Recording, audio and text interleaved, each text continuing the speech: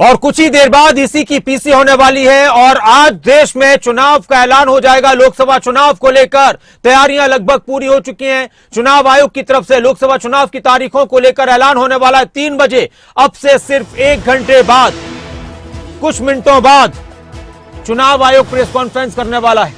इसके अलावा कई राज्यों में विधानसभा का चुनाव भी है, तो उन तारीखों का भी ऐलान होगा। ओडिशा, सिक्किम में विधानसभा चुनाव की तारीखों का ऐलान होगा। अरुणाचल प्रदेश और आंध्र प्रदेश में भी विधानसभा चुनाव है, तो उनकी तारीखों का भी ऐलान, उन चुनावों की तारीखों का भी ऐलान हो जाएगा।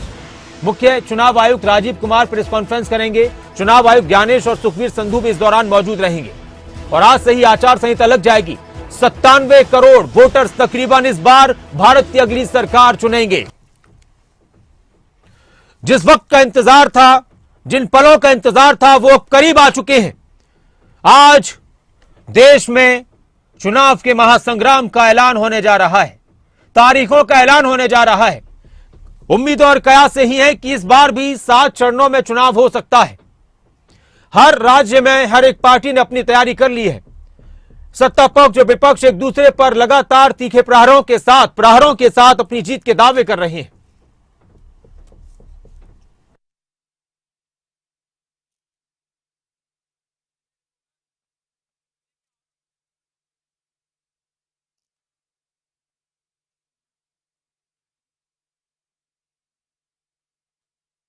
और इस वक्त हमारे साथ हमारे सहयोगी जुड़ चुके हैं, लगातार उनसे भी बात करेंगे।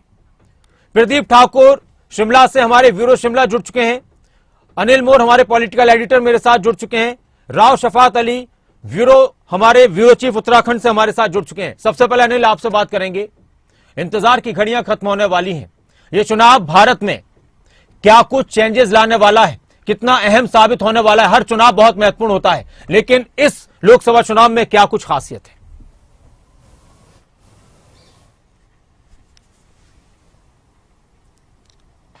देखिए नासिर, अब से करीब 50 मिनट के बाद चुनाव आयोग की तरफ से प्रेस कॉन्फ्रेंस की जाएगी। भारतीय चुनाव आयोग की तरफ से जो प्रेस कॉन्फ्रेंस होगी उसमें लोकसभा चुनाव की घोषणा कर दी जाएगी। लोकसभा चुनाव का शेड्यूल जारी कर दिया जाएगा। जैसे ही चुनावी घोषणा की जाएगी उसी के साथ आचार संहिता लग जाएगी। लोकसभा चुनाव की घोषणा के साथ जिन जिन राज्यों में विधानसभा चुनाव होने हैं उनकी घोषणा कर दी जाएगी।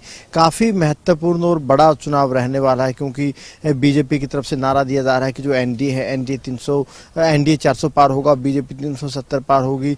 बीजेपी की तरफ से जो इतना बड़ा नारा दिया जाता है, इस नारे के सामने विपक्ष किस तरीके से चुनाव फेस करता है वो काफी महत्वपूर्ण रहने वाला है। सबसे पहले जो चुनाव आयोग की प्रेस कॉन्फ्रेंस है उसकी बात करते हैं। नासिर, जो चुनावी शेड्यूल जारी किया जाएगा, जो संभावना लग रही है कि 7 से 8 चरण में जो है लोकसभा चुनाव हो सकते हैं।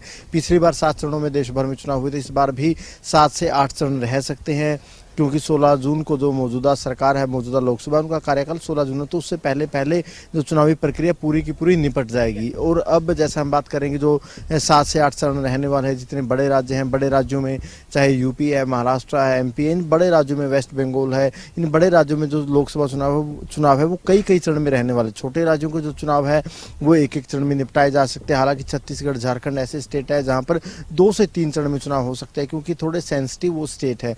तो जो चुनावी कार्यक्रम अब से 50 मिनट के बाद जो मुख्य चुनाव आयुक्त है उनकी तरफ से जारी कर दिया जाएगा। जैसे ही चुनाव की घोषणा होगी उसी के साथ आचार संहिता लग जाएगी। और अब राजनीतिक दलों की बात कर लेते हैं। बीजेपी की कोशिश है, प्रधानमंत्री नरेंद्र मोदी की कोशिश है कि हैट्रिक लगाया जाए। प्रधानमंत्री के नाम पर, मोदी के नाम पर बीजेपी वोट मांगेगी। वहीं विपक्ष इंडिया गठबंधन के तहत किस तरीके से बीजेपी को मुकाबला देता है, इंडिया गठबंधन कहां बीजेपी को मुकाबला देता है। हालांकि जितने भी सर्वे जा रहे हैं उसमें कहीं ना कहीं बीजेपी को, एनडीए को काफी बढ़त यहाँ पर दिखाई दे रही है, उनको बताई जा रही है बढ़त। लेकिन जो इंडिया गठबंधन भी अपने अपने दावे लेकर चुनावी मैदान में जाएगा। अब जो मुख्य मुकाबला है सत्ता पक्ष की बात करें, सत्ता पक्ष का तो पूरा का पूरा चुनाव है मोदी के इर्द गिर्द रहेगा। मोदी के नाम पर वोट मांगे जाएंगे। वहीं इंडिया गठबंधन है, इंडिया गठबंधन जो मोदी सरकार के जो 10 साल के कामकाज है, 10 साल के कामकाज में जो खामियां रही, महंगाई के मुद्दे रहे, रोजगार के मुद्दे रहे, इन तमाम मुद्दों को लेकर कहीं ना कहीं इंडिया गठबंधन लोगों के बीच में जाएगा।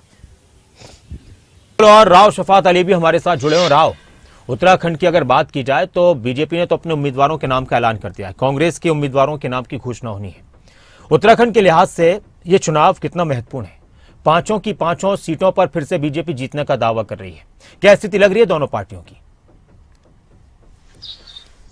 देखिए नासिर, बहुत ज्यादा चुनौती तो उत्तराखंड में नजर नहीं आती है, क्योंकि गुटबाजी के चलते कांग्रेस के भीतर जो बड़े नेता हैं वो पार्टी छोड़ छोड़ के जा रहे हैं और ये सिलसिला लगातार जारी है। उत्तराखंड के अंदर देखिए नासिर 5 लोकसभा की सीट है। 2014 की बात करें, 2019 की बात करें तो यहाँ से बीजेपी जीतती रही और इस बार भी यही दावा है कि बीजेपी जीत कर आएगी। बीजेपी नेताओं का इसी तरह का दावा है। और सबसे बड़ी बात है कि एक चेहरा 2014 में सबने देखा कि नरेंद्र मोदी नाम का जो चेहरा था वो कितनी मजबूती के साथ आज प्रधानमंत्री हैं देश के और एक मजबूत पकड़ बना चुके हैं। आज गारंटी की बात होती है, मोदी परिवार की बात होती है, दावे किए जाते हैं और एक जो स्लोगन होता है बीजेपी का, खासकर उसकी अगर बात करें तो वो विपक्ष को बहुत डराता है। पिछली बार 2019 की बात करें तो एक स्लोगन था बीजेपी का कि इस बार 300 के पार। इस बार का जो स्लोगन है बीजेपी का वो है 400 के पार। और ये हकीकत है कि जब 300 का एक स्लोगन दिया गया था तो 303 सीटें आई थी ना से। अगर पूरे अलायंस की बात करें तो 353 सीटें भाजपा के पास थी, जो उसके घटक दल है उनको जोड़ करके। तो एक मजबूत जो नंबर है वो बीजेपी के पास थे केंद्र में। और इस बार जो स्लोगन है बीजेपी का वो विपक्ष को बहुत डरा रहा है कि 400 पार।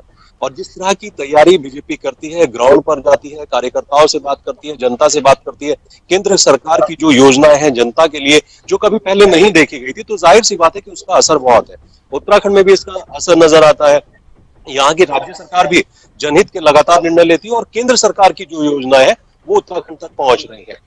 तो यहाँ 5 लोकसभा सीटों पर, हालांकि देखिए एक छोटा सा अगर रणनीति की बात करें तो अभी तक कांग्रेस ने हरिद्वार और पौड़ी पर अभी प्रत्याशियों की घोषणा नहीं की है। इसमें बीजेपी 2 कदम आगे चलती है। कार्यकर्ताओं से फीडबैक लेने के बाद वो पहले ही ऐलान कर देती है। हम अक्सर ये देखते हैं कि बीजेपी के जो प्रत्याशी हैं या उम्मीदवार है उनकी घोषणा पहले हो जाती है और कांग्रेस ये घोषणा बाद में करती है। और अभी भी कांग्रेस को समझ नहीं आ रहा है कि इन दोनों सीटों पर लोकसभा की कौन सा चेहरा बीजेपी के सामने उतारा जाए। तो ये तैयारी बीजेपी की और कांग्रेस की, यहीं से अंदाजा लगाया जा सकता है कि बीजेपी किस तरह से ग्राउंड पर काम करती है। तो दावा इसी तरह का है कि इस बार भी बीजेपी यहाँ जीत करके आएगी। हालांकि देखिए कांग्रेस की ओर से भी दावा किया जा रहा है कि कांग्रेस इस बार जीत करके आएगी। लेकिन अभी अगर हाल फिलहाल की बात करें, चुनावी रणनीति की बात करें, स्ट्रेटर्जी की बात करें, तो नजर आता है कि बीजेपी 2 कदम आगे यहाँ विपक्षी पार्टियों से चल रही है। और एक और खास बात है यहाँ, देखिए यहाँ इंडिया अलायंस का कोई बड़ा असर दिखाई नहीं देता। जो घटक दल हैं इंडिया के साथ जुड़े हुए हैं, कांग्रेस के साथ जुड़े हुए हैं, उनका यहाँ पर कोई बंटवारा नहीं था, टिकट का बंटवारा नहीं था। मतलब यहाँ पर बसपा यहाँ टिकट नहीं मांग रही थी किसी से, या फिर सपा की बात करें वो नहीं मांग रही थी। यहाँ बीजेपी और कांग्रेस के बीच में ही हमेशा से ना सिर्फ मुकाबला होता आया है और इस बार भी यही संभावित नजर आता है कि बीजेपी और कांग्रेस के बीच में यहाँ पर मुकाबला नजर आएगा। जिराव शफात अली और प्रदीप ठाकुर भी हमारे साथ जुड़े हुए हैं शिमला से। हिमाचल की ठंडी वादियों में चुनाव की गर्माहट के साथ किस तरह की रणनीतियां पार्टियां बनाती नजर आ रही हैं प्रदीप? बिल्कुल, देखिए अगर कांग्रेस पार्टी की बात करें और क्योंकि सत्ता में इस वक्त कांग्रेस पार्टी है, तो मुख्यमंत्री सुखविंदर सिंह सुक्खू वो लगातार फील्ड में इस वक्त डटे हुए हैं।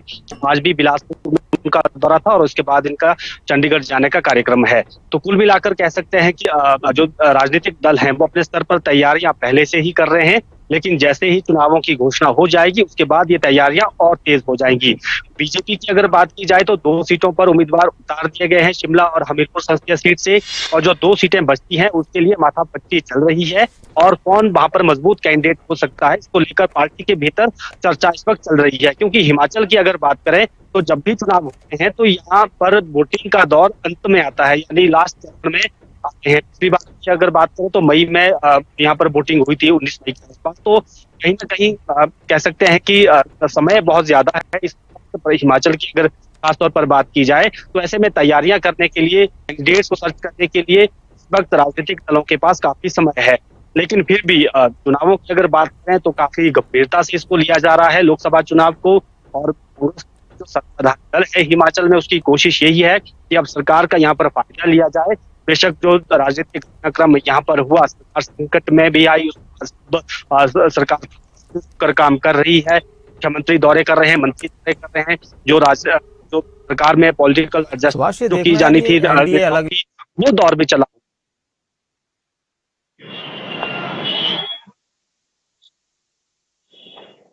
जी बिल्कुल प्रदीप और अनिल, जिस तरह से हम हरियाणा की राजनीति को इस वक्त बदलते हुए देख रहे हैं, हालांकि अभी बीजेपी ने 6 उम्मीदवारों के नाम का ऐलान कर दिया है, कांग्रेस के उम्मीदवारों के नाम का ऐलान होना बाकी है और अभय चौटाला कुरुक्षेत्र की सीट से चुनाव के मैदान में कूद पड़े हैं। ये जो बदलते समीकरण हैं, और चुनाव के एतबार से प्रत्याशियों के नाम है, कितने मायने रखते हैं हरियाणा के अंदर?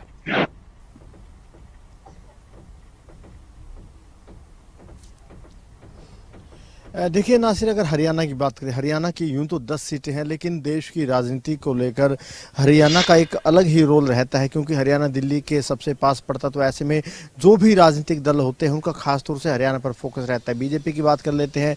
बीजेपी का इस वक्त हरियाणा की 10 लोकसभा सीटों पर कब्जा है। बीजेपी की तरफ से यही नारा दिया जा रहा है कि हरियाणा में एक बार फिर 10 की 10 सीटों पर कमल खिलेगा। मुख्यमंत्री नायब सैनी, पूर्व मुख्यमंत्री मनोहर लाल, उनकी तरफ से यही नारा बार बार दिया जा रहा है कि 10 की 10 सीटों पर कमल खिलेगा। 6 सीटों को लेकर बीजेपी ने घोषणा कर दी है। खुद मनोहर लाल करनाल से चुनाव लड़ रहे हैं, राव इंदरजीत सिंह गुरुग्राम से चुनावी मैदान में है, तो फरीदाबाद से कृष्णपाल गुर्जर को टिकट दिया, यानी भारी भरकम नेताओं को यहां पर चुनावी मैदान में उतारा है। सिरसा से अशोक तंवर को टिकट दी है। अशोक तंवर पूर्व सांसद सिरसा से रह चुके हैं, कांग्रेस के प्रदेश अध्यक्ष रह चुके हैं, बड़ा उनका भी कद रहा है कांग्रेस में। बंतो कटारिया जो स्वर्गीय सांसद रतनलाल कटारिया की धर्मपत्नी है, उनको टिकट अंबाला से दिया गया है। तो बीजेपी ने जो भी टिकटें दी है, धर्मवीर सिंह जो पूर्व लगातार 2 बार से सांसद है भिवानी से, उनको एक बार वहां पर रिपीट किया गया। 4 टिकटों को लेकर बीजेपी ने अनाउंसमेंट नहीं करी, देर सवेरे उनकी घोषणा कर दी जाएगी। अब तक जो 6 टिकटें बीजेपी की तरफ से घोषणा की गई, भारी भरकम उम्मीदवार बीजेपी ने उतारे। कांग्रेस की बात कर लेते हैं। कांग्रेस और आम आदमी पार्टी मिलकर चुनाव लड़ रहे हैं इंडिया गठबंधन में। उस गठबंधन के तहत एक सीट आम आदमी पार्टी के कोटे में गई है, कुरुक्षेत्र, जहां से सुशील गुप्ता जो आपके अध्यक्ष है वो चुनाव लड़ रहे हैं हरियाणा से। और कांग्रेस की 9 सीटों की बात की, कांग्रेस में अभी तक माथापत्ती चल रही है टिकटों को लेकर। वो क्लियर नहीं कर पा रहे कि किसको चुनाव मैदान में लाया जाए, किसको न लाया जाए। इसको लेकर 3-3, 4-4 दौर की स्क्रीनिंग कमेटी की बैठक हो चुकी है। एक बैठक 18 तारीख को होनी है। उसके बाद संभावना है कि जो कांग्रेस है वो अपनी टिकटों की घोषणा करेगी। इनेलो की तरफ से घोषणा की गई है कि वो लोकसभा चुनाव लड़ेगी। इनेलो से खुद अभय चौटाला जो इनेलो के प्रधान महासचिव है वो चुनावी मैदान में है। जेजेपी लगातार दुष्यंत चौटाला अपने पार्टी वर्करों से, पदाधिकारियों से रायशुमारी कर रहे हैं कि किन किन सीटों पर चुनाव मैदान में लड़ा जाए, कितनी सीटों पर चुनाव लड़ा जाए।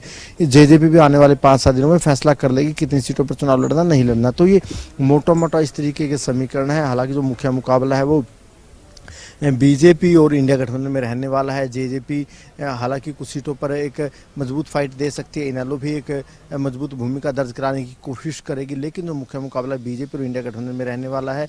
बीजेपी 6 टिकटों की घोषणा कर चुके, 4 टिकटों की जल्दी घोषणा कर दी जाएगी। शुक्रिया अनिल इस पूरी जानकारी के लिए।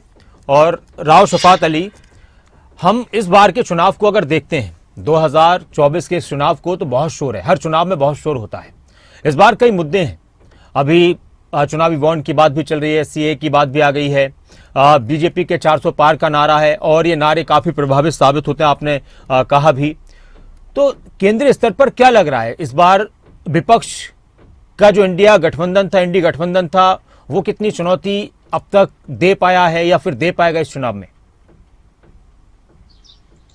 देखिए नासिर, बहुत महत्वपूर्ण हो जाता है। हालांकि चुनौती की अगर बात करें तो चुनौती बहुत बड़ी नजर नहीं आती है, खासकर अगर उत्तराखंड के परिप्रेक्ष्य की बात करें। हालांकि देखिए पूरे देश में चुनाव होने हैं, लेकिन जिस तरीके से बीजेपी तैयारी करती है, उन तैयारियों के आसपास विपक्ष नजर नहीं आता है। अगर इलेक्ट्रल बॉन्ड की बात करें, देखिए खुलासा तो हो चुका है, इस पर भी लोगों को संशय था कि आखिर कौन सी कंपनियां पैसा देती हैं, कितना पैसा किसके पास जाता है। ये भी इस तस्वीरें अब साफ हो चुकी हैं, इससे कोई फर्क नहीं पड़ता है कि कितना पैसा किसके पास जाता है चंदे का, लेकिन फर्क पड़ता है तैयारियों को लेकर के। अगर जो गठबंधन हुआ था उस गठबंधन को बहुत गंभीरता से लिया जाता, तो अगर वोट प्रतिशत की बात करें, देखिए 2019 में तो 37.38 के करीब वोट बीजेपी को अकेले पड़ा था, और उसके जो घटक दल थे उनको पड़ा था। तो एक बहुत बड़ा आंकड़ा हो जाता है वोट का।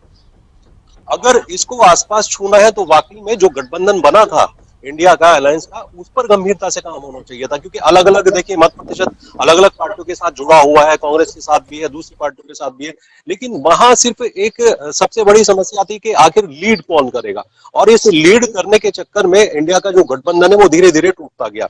अगर सब बैठ करके अपनी सीटों का सही तरीके से बंटवारा करते तो शायद बीजेपी को चुनौती दे सकते थे, लेकिन ये नजर नहीं आया। इस बार बीजेपी ग्राउंड पर तैयारियां कर रही थी, और उधर इंडिया गठबंधन की जो बैठकें वो टेबल पर बंद कमरों में हो रही थी। इसके अलावा और कुछ नजर नहीं आया। लेकिन हाँ, इतना जरूर है, देखिए चुनौती तो हर बार होती है। जो नए वोटर्स हैं, अगर उनसे भी हमने चर्चा की है, तो उनका भी अलग अलग मत रहता है। वो किसी अलग अलग पार्टियों को पसंद करते हैं, कोई कांग्रेस को पसंद करता है, कोई सपा को, कोई बसपा को, कोई बीजेपी को। तो जो नया एक वोटर्स है, अगर उसकी जब हमने उनसे बात की तो जाहिर सी बात है कि प्रधानमंत्री नरेंद्र मोदी का जिक्र कर रहे थे। उनको लगता है कि इन 10 वर्षों में जो केंद्र सरकार ने काम किया वो शायद पिछली सरकारें कभी नहीं कर पाई है। तो ये भी बहुत बड़ा फर्क पड़ता है। और एक बड़ी संख्या में जो यूथ है वो अपने वोट का इस्तेमाल करता है। बुजुर्ग तो करते ही हैं, लेकिन ये उत्साह होता है यूथ के अंदर कि वो अपने वोट का इस्तेमाल करे। और यूथ का वोट जिस पार्टी की तरफ सबसे ज्यादा चला जाता है, जाहिर सी बात है कि जीत उसी की दर्ज होती है। तो बीजेपी अब इस बार ये दावा करे कि 37 या 38% जो वोट उसका पिछली बार पड़ा था, इस बार ये आंकड़ा और ज्यादा बढ़ जाएगा। खासकर उत्तराखंड की बात करें तो 70 लाख से ज्यादा जो मत है वो अपने वोट का इस्तेमाल करेंगे, मतदाता इस्तेमाल करेंगे। 2 से 3 लाख जो है नए मतदाता तैयार हुए हैं। तो ये तमाम तैयारी यहाँ उत्तराखंड में भी नजर आती है और पूरे देश के साथ साथ नजर आती है। चलिए प्रदीप ठाकुर, आपसे सवाल यह था कि हिमाचल प्रदेश में अभी जो कांग्रेस के अंदर घटनाक्रम घटा था, एक वक्त में इस तरह की चर्चाएं कि सरकार गिर जाएगी, मुख्यमंत्री सुखविंदर सिंह सुक्खू ने भी कहा कि सरकार को गिराने की साजिश हो रही है, और अभी कांग्रेस के 6 बागी विधायक हैं। इन तमाम चीजों के मद्देनजर हिमाचल प्रदेश में कांग्रेस की स्थिति क्या लग रही है? सरकार होने के बावजूद क्या यहां से वो सीटें जीत पाने का दावा कर पा रहे हैं या जीत पाएंगे? क्या लग रहा है अभी के सिनेरियो के हिसाब से? बिल्कुल देखिए, कांग्रेस पार्टी की तरफ से दावे जरूर हो रहे हैं और मुख्यमंत्री सुखविंदर सिंह सुक्खू भी जहां भी जा रहे हैं, खुले मंच पर भी अगर अपनी बात कह रहे हैं तो उसमें भी वो दावा जरूर कर रहे हैं कि हम यहाँ पर बेहतर प्रदर्शन करेंगे। लेकिन चुनौतियां कांग्रेस पार्टी के पास इस वक्त जरूर हैं। अगर हिमाचल की बात करें, 4 संसदीय क्षेत्र हैं यहाँ पर, और अगर विधायक की स्थिति के हिसाब से बात करें तो पहले 40 इनकी संख्या बनती थी, अब ये 34 हो गई है। 6 बागी है और उनको अयोग्य करार दिया गया है विधानसभा स्पीकर की तरफ से। लेकिन बीजेपी की अगर दूसरी तरफ बात करें तो 28 विधायकों का समर्थन है, यानी 25 अपने हैं, 3 निर्दलीय का समर्थन बीजेपी को सीधे तौर पर मिला हुआ है। तो कहीं ना कहीं लोकसभा चुनाव में इनका असर दिखेगा। और दूसरी बात, जिस तरह से सरकार गिराने को लेकर बातें हुई, अस्थिर करने को लेकर पहले जिस तरह की स्थिति कांग्रेस पार्टी ने कहा कि हमें अस्थिर किया जा रहा है केंद्र सरकार के इशारे पर, ये तमाम चीजें हो रही हैं। तो कहीं ना कहीं अब सरकार के प्रति जो एक भरोसा होता है कि ये सरकार क्या पूरे 5 साल चलेगी या अस्थिर होगी या फिर संकट में रहेगी, तो कहीं ना कहीं मतदाताओं के मन में ये सवाल जरूर उठते हैं। और यही बात अब देखने वाली बात होगी कि जब चुनाव प्रचार अभियान उठे और जब ये रफ्तार पकड़ेगा, उस वक्त सरकार के नुमाइंदे, तो मुख्यमंत्री भी, पार्टी की प्रेसिडेंट भी और बाकी जो कैबिनेट मंत्री और कांग्रेस के जो लीडर हैं, वो लोगों के बीच में सरकार के प्रति भरोसा कैसे कायम रख पाएंगे, ये देखने वाली बात होगी। क्योंकि जो घटनाक्रम हुआ, संकट की स्थिति भी खड़ी हुई और कुछ न कुछ अब लोगों के बीच में भी मन में ये बात आने लगी कि अब ये सरकार आगे लंबी चल पाएगी या नहीं चल पाएगी। तो ये तमाम चीजें हुई हैं, लेकिन इस सारी स्थिति के बीच में मुख्यमंत्री ने अपना आत्मविश्वास जो है वो बनाकर रखा, लोगों के बीच में भी जा रहे हैं और ऐसा कोई मैसेज न लोगों के बीच में जाए, नेगेटिव मैसेज ना जाए, वो लगातार लोगों के बीच में संवाद कर रहे हैं। उनसे गारंटियों पर भी लगातार काम हुआ है, घोषणा हुई है। और भी हम जैसा देख रहे हैं कि जिन लीडर्स को सरकार में स्थान नहीं मिला था, उनको स्थान देने की कोशिश की गई है, बोर्ड निगमों में जगह देने की कोशिश की है। तो पार्टी के भीतर, विधायकों के भीतर नाराजगी ना हो, तो ये भी दूर करने की कोशिश की गई है। लेकिन इसके साथ साथ यही है कि सरकार का भरोसा कायम रहे, उसके लिए अब इस रणनीति के साथ सरकार उतर मैदान में, ये दिखने वाली बात होगी। क्योंकि बीजेपी लगातार एक बात जरूर कह रही है, नेता है प्रतिपक्ष की बात करें, बीजेपी के जो बाकी लीडर्स हैं, केंद्र के मंत्री अनुराग ठाकुर हैं, वो बार बार कह रहे हैं कि ये सरकार अब ज्यादा चलने वाली नहीं है।